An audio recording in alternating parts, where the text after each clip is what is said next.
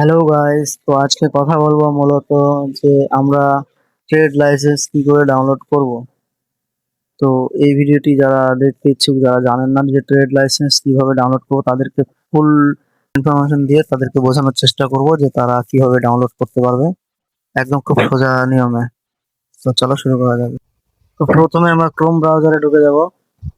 ঢোকার পরে দেখতে পাচ্ছ ট্রেড লাইসেন্সটা হবো এরকম হবে। তো তোমাদেরকে এটা বের করে দেখাচ্ছি যে কিভাবে তোমরা বের করবে। সাইডে কোন সাইডে দিবে, তো আমরা এখানে লিখে দিব ট্রেড লাইসেন্স ডাউনলোড, এটা আমরা লিখে দেবো। দেখো, এটা সার্চ করার পরে তোমাদের আসবে, দেখো ট্রেড এনওসি রেনুয়াল, এটা আসবে।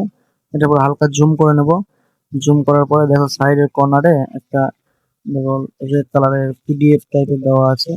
এই দেখো, সরি, ওটা হাত লেগে অন্য করে দেবো। তো দেখো নিচের দিকে দেখতে পাচ্ছ, হ্যাঁ এই যে দেখো, এটাতে ক্লিক করবে। জাস্ট ক্লিক করার পরে এখানে একটা নাম্বার চাইবে, হালকা জুম করে নিব। তো নাম্বারটা আমরা এখানে বসিয়ে দেবো। আমি হালকা ব্লার করে নিচ্ছি, কারণ কারো পার্সোনাল তথ্যটা না শেয়ার করাই ভালো।